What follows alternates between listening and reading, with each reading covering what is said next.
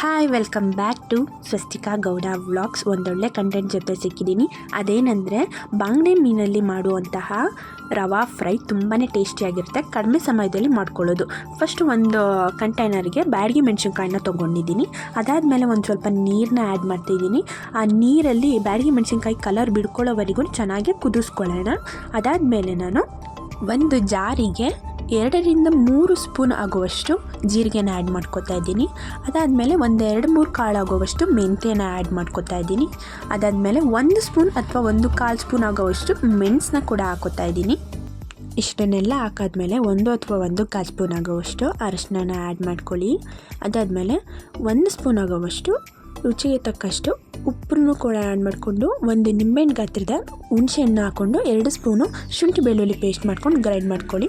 ಅದಾದಮೇಲೆ ಇಲ್ಲಿ ಬಾಂಗ್ಡಾ ಮೀನನ್ನ ತೊಗೊಂಡಿದ್ದೀನಿ. ಈ ರೀತಿ ಕಟ್ ಮಾಡ್ಕೊಂಡು ಇದ್ದೀನಿ. ಮಸಾಲ ಎಲ್ಲ ಹಿಡಿಬೇಕಲ್ಲ ಅದಕ್ಕೆ. ಮತ್ತು ನಾವು ಆಗಲೇ ಏನು ಕುದಿಯೋಕೆ ಇಟ್ಟಿದ್ವಿ ನೋಡಿ, ಈ ಥರ ಕುದೀತಾ ಇದೆ. ಬ್ಯಾಡಗಿ ಮೆಣಸಿನ್ಕಾಯಿನೂ ಬೆಂದಿದೆ ಚೆನ್ನಾಗಿ.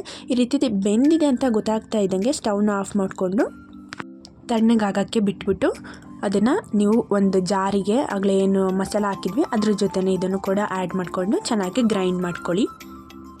ಅದಾದಮೇಲೆ ಮಸಾಲ ರೆಡಿ ಮಾಡ್ಕೊಳ್ಳೋಣ. ರವಾ ಮಸಾಲ ಫಿಶ್ಶಿಗೆ ಮ್ಯಾರಿನೇಟ್ ಮಾಡೋದಕ್ಕೆ. ಅದಕ್ಕೆ ನಾನಿಲ್ಲಿ ಒಂದು ಪ್ಲೇಟಿಗೆ ಸೂಜಿ ರವಾನ ತೊಗೋತಾ ಇದ್ದೀನಿ. ಸೂಜಿ ರವೆ ನಿಮಗೆ ಮೀನು ಎಷ್ಟು ತೊಗೊಂಡಿರ್ತೀರೋ ಅಷ್ಟು ಕನ್ಸಿಸ್ಟೆನ್ಸಿಯಲ್ಲಿ ನೀವು ನೋಡಿ ಹಾಕ್ಕೋಬೇಕಾಗುತ್ತೆ. 1 ಅಥವಾ 1/4 ಸ್ಪೂನ್ ಆಗುವಷ್ಟು ಚಿಲ್ಲಿ ಪೌಡರ್ನ ಹಾಕ್ಕೊಂಡು ಸ್ವಲ್ಪ ರುಚಿಗೆ ತಕ್ಕಷ್ಟು ಉಪ್ಪನ್ನ ಕೂಡ ಆ್ಯಡ್ ಮಾಡ್ಕೊತಾ ಇದ್ದೀನಿ. ಇಷ್ಟನ್ನು ಆ್ಯಡ್ ಮಾಡಿಕೊಂಡು 1 ಅಥವಾ 1/4 ಸ್ಪೂನು ಅರಿಶಿನ ಹಾಕ್ಕೊಂಡು ಇದನ್ನು ಚೆನ್ನಾಗಿ ಮಿಕ್ಸ್ ಮಾಡ್ಕೊಳ್ಳೋಣ. ಇದಕ್ಕೆ ಏನು ನೀರನ್ನ ಆ್ಯಡ್ ಮಾಡೋದು ಬೇಡ, ಸ್ವಲ್ಪ ಡ್ರೈ ಆಗಿಯೇ ಮಿಕ್ಸ್ ಮಾಡ್ಕೊಳ್ಳೋಣ ಈಗ. ಅದಾದಮೇಲೆ ನಾನು 1 ಅಥವಾ 1-2 ಸ್ಪೂನು ಕಾರ್ನ್ಫ್ಲೋರ್ನ ಕೂಡ ಹಾಕೋತಾ ಇದ್ದೀನಿ. ಹಾಕೊಂಡಾದ್ಮೇಲೆ ಈ ರೀತಿ ನೋಡಿ ಫೈನಲಾಗಿ ಕಲಿಸ್ಕೊಂಡಿದ್ದೀನಿ. ಮತ್ತು ಆಗಲೇ ಏನು ಗ್ರೈಂಡ್ ಮಾಡಿದ ಮಸಾಲ ಇತ್ತು ಆ ಮಸಾಲನ ಕೂಡ ಆ್ಯಡ್ ಮಾಡಬೇಕಾಗುತ್ತೆ. ನೋಡಿ ಈ ರೀತಿ ಅದು ಗ್ರೈಂಡ್ ಆಗಿರಬೇಕು, ಏನು ತರ್ತರಿಯಾಗಿ ಇಲ್ಲದೆ ಇರೋ ರೀತಿ. ಮೀನನ್ನ ತೊಗೊಳ್ಳಿ. ಆ ಮೀನಿಗೆ ನಾವು ಗ್ರೈಂಡ್ ಮಾಡಿದ ಮಸಾಲಾನ ಮ್ಯಾರಿನೇಟ್ ಮಾಡಬೇಕಾಗುತ್ತೆ. ಅಂದರೆ ಅಲ್ಲಿ ನಾವು ಏನು ಕಟ್ಟಿಂಗ್ಸ್ ಮಾಡ್ಕೊಂಡಿರ್ತೀವಿ ಫಿಶ್ ಮೇಲೆ, ಆ ಕಟ್ಟಿಂಗ್ಸಿಗೆಲ್ಲ ಚೆನ್ನಾಗಿ ಮಸಾಲಾನ ಮ್ಯಾರಿನೇಟ್ ಮಾಡಬೇಕು. ಫಸ್ಟ್ ಮೇನ್ ಟ್ರಿಕ್ಸ್ ಏನಂದರೆ, ಮಸಾಲಾನ ಮ್ಯಾರಿನೇಟ್ ಮಾಡೋದ್ರಿಂದ ಫಿಶ್ ರವಾ ಫ್ರೈಗೆ ತುಂಬಾ ಟೇಸ್ಟ್ ಕೊಡುತ್ತೆ. ಇದನ್ನು ನೀವು ಚೆನ್ನಾಗಿ ಮಾಡಿಕೊಂಡ್ರೆ ರವಾ ಕೋಟಿಂಗ್ ಮಾಡೋದಕ್ಕೆ ಕರೆಕ್ಟ್ ಆಗುತ್ತೆ. ಮ್ಯಾರಿನೇಟ್ ಮಾಡಿ ಒಂದು 10 or 15 ಮಿನಿಟ್ಸ್ ಆದಮೇಲೆ ಆಗಲೇ ಏನು ಡ್ರೈ ರವಾ ಮಿಕ್ಸ್ ಮಾಡಿ ಇಟ್ಕೊಂಡಿದ್ವಿ ಅದಕ್ಕೆ ಒಂದೊಂದೇ ಮೀನನ್ನು ಹಾಕ್ಕೊಂಡು ಆ ಮ್ಯಾರಿನೇಟ್ ಆಗಿರೋ ಮಸಾಲ ಮೇಲೆ ಒಂದೊಂದಾಗಿ ರವಾ ಕೋಟಿಂಗ್ ಮಾಡಬೇಕಾಗುತ್ತೆ. ಎಲ್ಲ ಮೀನಿಗೂ ಇದೇ ಥರ ಕೋಟಿಂಗ್ ಮಾಡಿ ಆದಮೇಲೆ ಇದನ್ನು ಫ್ರೈ ಮಾಡ್ಕೋಬೇಕು. ನೋಡಿ ಇಲ್ಲಿ ನಾನು ಒಂದು ಹಂಚನ್ನ ಇಟ್ಕೊಂಡು ಅದಕ್ಕೆ 2-3 ಸ್ಪೂನ್ ಎಣ್ಣೆನ ಹಾಕಿಬಿಟ್ಟು ನಾನು ಒಂದು ಬ್ರಷಲ್ಲಿ ಚೆನ್ನಾಗಿ ಎಲ್ಲ ಕಡೆನೂ ಎಣ್ಣೆನ ಸ್ಪ್ರೆಡ್ ಮಾಡ್ಕೋಬೇಕು. ಅದಾದಮೇಲೆ ಒಂದೊಂದೇ ಮೀನನ್ನ ನೀಟಾಗಿ ಈ ರೀತಿ ಹಾಕ್ಕೊಳ್ಳಿ. ಒಂದು ಹಂಚಲ್ಲಿ 3 ಮೀನು ಸಾಕಾಗುತ್ತೆ. ಯಾಕೆಂದರೆ ಅದೆಲ್ಲ ಬೇಯುವಾಗ ಕೈ ಆಡಿಸುವಾಗ ತುಂಬ ಅಂದರೆ ಇದಾಗುತ್ತೆ.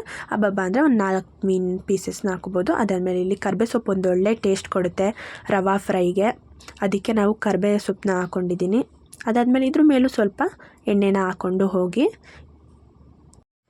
ಆಮೇಲೆ ಒಂದು ಸೈಡ್ ಪೂರ್ತಿ ಫ್ರೈ ಮಾಡ್ಕೊಳ್ಳಿ. ಅದಾದಮೇಲೆ ಇನ್ನೂ ಒಂದು ಸೈಡ್ ಫ್ರೈ ಮಾಡಬೇಕಾಗಿರೋ ಕಾರಣ ಅದನ್ನು ಮರ್ಚಾಕ್ಕೊಳ್ಳಿ. ನೋಡಿ ಈ ರೀತಿ ಮರ್ಚಾಕೊಂಡು ಎಲ್ಲ ಮೀನನ್ನು ಸಹ ಚೆನ್ನಾಗಿ ಫ್ರೈ ಮಾಡ್ಕೊಳ್ಳಿ.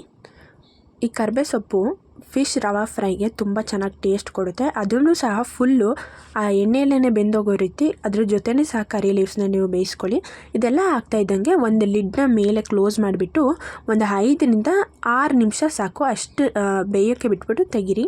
ನೋಡಿ ಈಗ ಕಂಪ್ಲೀಟಾಗಿ ಅದು ಫ್ರೈ ಆಗಿರೋ ಕಾರಣ ಟೇಸ್ಟ್ ಕೂಡ ಚೆನ್ನಾಗಿ ಬಂದಿರುತ್ತೆ.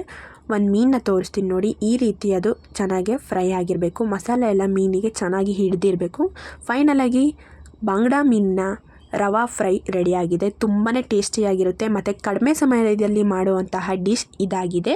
ನೀವೇನಾದ್ರು ಹೊರಗಡೆ ಕೆಲಸಕ್ಕೆ ಹೋಗ್ತಾ ಇದ್ದೀರಾ, ಟೈಮ್ ಇಲ್ಲ ಅಂದರೆ ಈ ಡಿಶ್ನ ಮಾಡಿ, ನಿಮಗೆ ಟೈಮ್ ಕೂಡ ಸೇವ್ ಆಗುತ್ತೆ. ಹಾಗೆ ಸಬ್ಸ್ಕ್ರೈಬ್ ಮಾಡಿ, ಲೈಕ್ ಮಾಡಿ, ಶೇರ್ ಮಾಡಿ, ಕಮೆಂಟ್ ಮಾಡಿ.